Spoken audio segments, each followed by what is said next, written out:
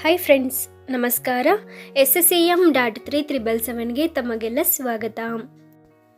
ಇವತ್ತಿನ ವಿಡಿಯೋದಲ್ಲಿ ವಿಶೇಷವಾಗಿ ರೋಡ್ ಸೈಡು ಬಸ್ ಸ್ಟ್ಯಾಂಡ್ಗಳಲ್ಲೆಲ್ಲ ಸಿಗುವಂತಹ ಈರುಳ್ಳಿ ಪಕೋಡ ಕ್ರಿಸ್ಪಿಯಾಗಿರುತ್ತೆ, ತುಂಬಾ ಗರಿಗರಿಯಾಗಿ ಹೇಗೆ ಮಾಡೋದು ಅಂತ ತೋರಿಸ್ಕೊಡ್ತೀನಿ. ಅದಕ್ಕೂ ಮುಂಚೆ ನೀವೇನಾದರೂ ನನ್ನ ಚಾನಲ್ಗೆ ಹೊಸಬರಾಗಿದ್ದರೆ ಪ್ಲೀಸ್ ನನ್ನ ಚಾನಲ್ನ ಸಬ್ಸ್ಕ್ರೈಬ್ ಮಾಡಿ ಸಪೋರ್ಟ್ ಮಾಡಿ. 5 ಮೀಡಿಯಮ್ ಸೈಜ್ ಈರುಳ್ಳಿನ ಈ ರೀತಿ ಉದ್ದುದ್ದ ಕಟ್ ಮಾಡಿ ಇಟ್ಕೊಂಡಿದ್ದೀನಿ. ನೆಕ್ಸ್ಟ್ ಒಂದು ಮಿಕ್ಸಿಂಗ್ ಬೌಲ್ಗೆ ಆ ಎಲ್ಲ ಈರುಳ್ಳಿ ಪೀಸಸ್ನ ಹಾಕ್ಕೊಳ್ತಾ ಇದ್ದೀನಿ. ಎಲ್ಲ ಈರುಳ್ಳಿ ಪೀಸಸ್ನ ಹಾಕೊಂಡ ನಂತರ ನೀಟಾಗಿ ಎಲ್ಲನೂ ಈ ರೀತಿ ಪದರಾಗಿ ಬಿಡಿಸ್ಕೋಬೇಕು. ನಮಗೆ ಈರುಳ್ಳಿ ಪಕೋಡ ತೆಳುವಾಗಿ ಗರಿಗರಿಯಾಗಿ ತುಂಬಾ ಚೆನ್ನಾಗಿ ಬರುತ್ತೆ. ಈ ರೀತಿಯಾಗಿ ಫಸ್ಟು ಎಲ್ಲ ಬಿಡಿಸ್ಕೋಬೇಕು.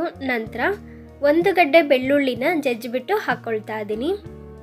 ಫ್ಲೇವರ್ ತುಂಬಾ ಚೆನ್ನಾಗಿರುತ್ತೆ ಪಕೋಡದಲ್ಲಿ.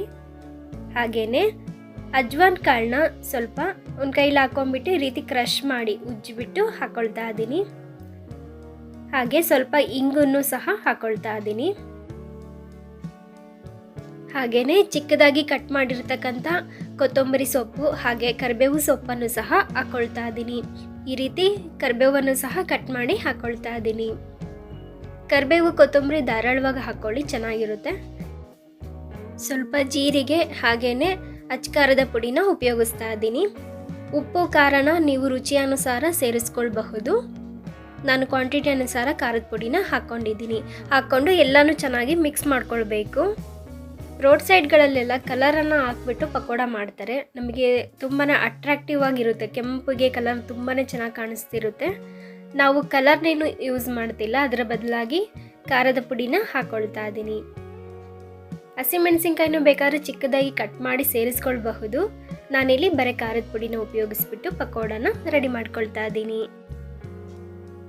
1-2 ಸ್ಪೂನು ಅಕ್ಕಿ ಹಿಟ್ಟನ್ನು ಉಪಯೋಗಿಸ್ತಾ ಇದ್ದೀನಿ. ಅಕ್ಕಿ ಹಿಟ್ಟು ಹಾಕೋದ್ರಿಂದ ತುಂಬಾ ಗರಿಗರಿಯಾಗಿ ಬರುತ್ತೆ ಪಕೋಡ. ಅಕ್ಕಿ ಹಿಟ್ಟು ಹಾಕಿ ಕೂಡ ಮತ್ತೆ ಒಮ್ಮೆ ಚೆನ್ನಾಗಿ ಎಲ್ಲನೂ ಈ ರೀತಿ ಮಿಕ್ಸ್ ಮಾಡ್ಕೊಳ್ಬೇಕು. ಎಲ್ಲ ಈರುಳ್ಳಿ ಜೊತೆ ಅಕ್ಕಿ ಹಿಟ್ಟು ಖಾರದ ಪುಡಿ ಎಲ್ಲ ಏನು ಹಾಕಿರ್ತೀವಲ್ಲ ಆ ಐಟಮ್ಸ್ ಎಲ್ಲ ಚೆನ್ನಾಗಿ ಹೊಂದ್ಕೋಬೇಕು. ಹಾಗೆ ಸ್ವಲ್ಪ ನೀರಿನ ಅಂಶ ಕೂಡ ಬಿಟ್ಕೊಳ್ಳುತ್ತೆ ಈರುಳ್ಳಿ. ನೆಕ್ಸ್ಟ್ ಇಲ್ಲಿ ಸ್ವಲ್ಪನೇ ಕಡಲೆ ಹಿಟ್ಟನ್ನು ಹಾಕಿಬಿಟ್ಟು ನಾವು ಕಲಿಸ್ಕೋಬೇಕಾಗುತ್ತೆ. ಒಂದೇ ಸಲಕ್ಕೆ ಹಾಕೊಳ್ಳೋದು ಬೇಡ, ನೀರು ಸ್ವಲ್ಪನೇ ಉಪಯೋಗಿಸ್ಬಿಟ್ಟು ಈ ಪಕೋಡನ ಮಾಡ್ಕೋಬೇಕು. ಈ ರೀತಿ ಎಲ್ಲ ಸ್ವಲ್ಪ ಪ್ರೆಸ್ ಮಾಡಿಬಿಟ್ಟು ನೀಟಾಗಿ ಮಿಕ್ಸ್ ಮಾಡ್ಕೊಳ್ಳೋಣ. ನೋಡಿ, ಮತ್ತೆ ಸ್ವಲ್ಪ ಕಡಲೆ ಹಿಟ್ಟನ್ನು ಹಾಕ್ಕೊಳ್ತಾ ಇದ್ದೀನಿ. ಇಷ್ಟೇ ಸ್ವಲ್ಪ ನೀರು ಹಾಕ್ಕೊಂಡು ಒಂದು ಟೀ ಲೋಟದಲ್ಲಿ ಒಂದು 1/4 ಭಾಗ ಅಥವಾ ಅರ್ಧಕ್ಕಿಂತ ಕಡಿಮೆನೇ ಬೇಕಾಗುತ್ತೆ ಇಷ್ಟು ಕ್ವಾಂಟಿಟಿಗೆ. ಅದಕ್ಕಿಂತ ಜಾಸ್ತಿ ನೀರನ್ನು ಹಾಕ್ಕೊಳ್ಳೋದು ಬೇಡ. ರುಚಿಗೆ ತಕ್ಕಷ್ಟು ಉಪ್ಪನ್ನು ನಾನು ಕೊನೆಯದಾಗಿ ಸೇರಿಸ್ಕೊಳ್ತಾ ಇದ್ದೀನಿ. ಹಾಕ್ಕೊಂಡು ಇನ್ನೂ ಒಂದು ಅರ್ಧ ಸ್ಪೂನಷ್ಟು ಕಡಲೆ ಹಿಟ್ಟು, ಅರ್ಧ ಸ್ಪೂನು ಅಥವಾ 1 ಸ್ಪೂನು ನೋಡ್ಕೊಂಬಿಟ್ಟು ಸೇರಿಸ್ಕೊಳ್ಬೇಕು. ನೋಡಿ, ನಾನು ಸ್ವಲ್ಪ ನೀರನ್ನು ಸೇರಿಸ್ಕೊಂಡು ಒಂದೇ ಸಲಕ್ಕೆ ಎಲ್ಲ ಚೆನ್ನಾಗಿ ಮಿಕ್ಸ್ ಮಾಡ್ಕೊಳ್ತಾ ಇದ್ದೀನಿ. ಈ ಹದಕ್ಕೆ ಎಲ್ಲ ಚೆನ್ನಾಗಿ ಕಲಿಸ್ಕೊಂಡ ನಂತರ ಲಾಸ್ಟಲ್ಲಿ ನಾನು ಚೆನ್ನಾಗಿ ಕಾದಿರುವಂಥ ಬಿಸಿ ಎಣ್ಣೆನ ಹಾಕ್ಕೊಳ್ತಾ ಇದ್ದೀನಿ. ಈರುಳ್ಳಿ ಮೇಲೆ ಹಾಕ್ತಿದ್ದಂಗೆ ಸುರ್ರ್ ಅಂತ ಸೌಂಡ್ ಬರಬೇಕು. ಆ ರೀತಿಯಾಗಿ ಕಾದಿರುವಂಥ ಬಿಸಿ ಎಣ್ಣೆನ ಹಾಕೋಬೇಕು. ಇದನ್ನು ಮಾತ್ರ ಮಿಸ್ ಮಾಡ್ಕೋಬೇಡಿ. ಎಣ್ಣೆ ಹಾಕಿದ್ರೇ ನಮಗೆ ತುಂಬಾ ಚೆನ್ನಾಗಿ ಬರುತ್ತೆ ಪಕೋಡ, ಗರಿಗರಿಯಾಗಿ ಬರುತ್ತೆ, ಟೇಸ್ಟು ತುಂಬ ಚೆನ್ನಾಗಿರುತ್ತೆ. ಮತ್ತೊಮ್ಮೆ ಎಲ್ಲ ಚೆನ್ನಾಗಿ ಮಿಕ್ಸ್ ಮಾಡ್ಕೊಂಡ ನಂತರ ನೋಡಿ, ಇನ್ನೊಂದು ಸೈಡು ನಾನು ಎಣ್ಣೆನ ಆಲ್ರೆಡಿ ಕಾಯೋದಕ್ಕೆ ಇಟ್ಟಿದ್ದೆ. ಚೆನ್ನಾಗಿ ಎಣ್ಣೆ ಕೂಡ ಕಾದಿದೆ. ಕಾದಿರುವಂಥ ಎಣ್ಣೆಗೆ ಪಕೋಡನ ಹಾಕ್ಕೊಳ್ಳೋಣ. ನಿಮಗೆ ಯಾವ ರೀತಿ ಬರುತ್ತೋ, ಯಾವ ರೀತಿ ಕೈ ಹೊಂದುತ್ತೋ ಅದೇ ರೀತಿ ಪಕೋಡನ ಹಾಕ್ಕೊಳ್ಳಿ. ಹೀಗೆ ಹಾಕ್ಕೋಬೇಕು ಹಾಗೆ ಹಾಕ್ಕೋಬೇಕು ಅಂತ ಏನಿಲ್ಲ. ನನಗಷ್ಟೇ ಕೈಗೆ ಯಾವ ರೀತಿ ಬರುತ್ತೋ ಅದೇ ರೀತಿನೇ ನಾನು ಹಾಕ್ಕೊಳ್ತಾ ಹೋಗ್ತಾ ಇದ್ದೀನಿ. ಎಣ್ಣೆಯಲ್ಲಿ ಎಷ್ಟು ಪಕೋಡ ಹಾಕೋದಕ್ಕೆ ಸಾಧ್ಯವಾಗುತ್ತೋ ಅಷ್ಟನ್ನು ಸಹ ನಾನು ಹಾಕ್ಕೊಳ್ತಾ ಇದ್ದೀನಿ. ಮೀಡಿಯಮ್ ಉರಿಯಲ್ಲಿನೇ ಚೆನ್ನಾಗಿ ಫ್ರೈ ಮಾಡ್ಕೋಬೇಕು. ಒಂದು ಸೈಡು ಪಕೋಡ ಫ್ರೈ ಆದ ನಂತರ ಇನ್ನೊಂದು ಸೈಡು ತಿರುಗಿಸ್ಬಿಟ್ಟು ಇದೇ ರೀತಿ ತಿರುಗಿಸಿ 2 ಸೈಡು ಚೆನ್ನಾಗಿ ಫ್ರೈ ಮಾಡ್ಕೋಬೇಕು. ನೋಡ್ತಾ ಇರ್ಬೋದು, ಕಲರ್ ಕೂಡ ಚೇಂಜ್ ಆಗಿದೆ, ಕೆಂಪಗೆ ಎಲ್ಲ ಚೆನ್ನಾಗಿ ಫ್ರೈ ಆಗಿದೆ.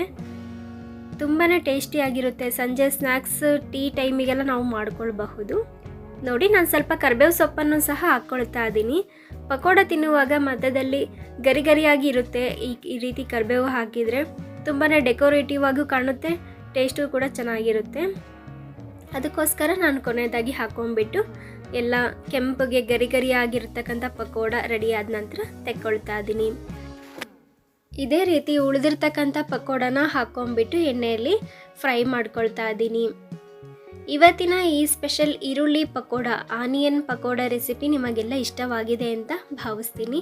ಪ್ಲೀಸ್ ನನ್ನ ಚಾನಲ್ನ ಲೈಕ್ ಮಾಡಿ, ಶೇರ್ ಮಾಡಿ, ಕಮೆಂಟ್ ಮಾಡಿ. ಹಾಗೆ ಇನ್ನೂ ಯಾರಾದರೂ ಸಬ್ಸ್ಕ್ರೈಬ್ ಆಗದೆ ನೋಡ್ತಾ ಇದ್ದರೆ ಪ್ಲೀಸ್ ಸಬ್ಸ್ಕ್ರೈಬ್ ಮಾಡಿ, ನಿಮ್ಮ ಫ್ಯಾಮಿಲಿ ಫ್ರೆಂಡ್ಸಿಗೆಲ್ಲ ಹೆಚ್ಚು ಶೇರ್ ಮಾಡಿ. ಮತ್ತೆ ಮುಂದಿನ ವಿಡಿಯೋದಲ್ಲಿ ಹೊಸ ರೆಸಿಪಿಯೊಂದಿಗೆ ಸಿಗ್ತೀನಿ. ಅಲ್ಲಿವರೆಗೂ ನಮಸ್ಕಾರ.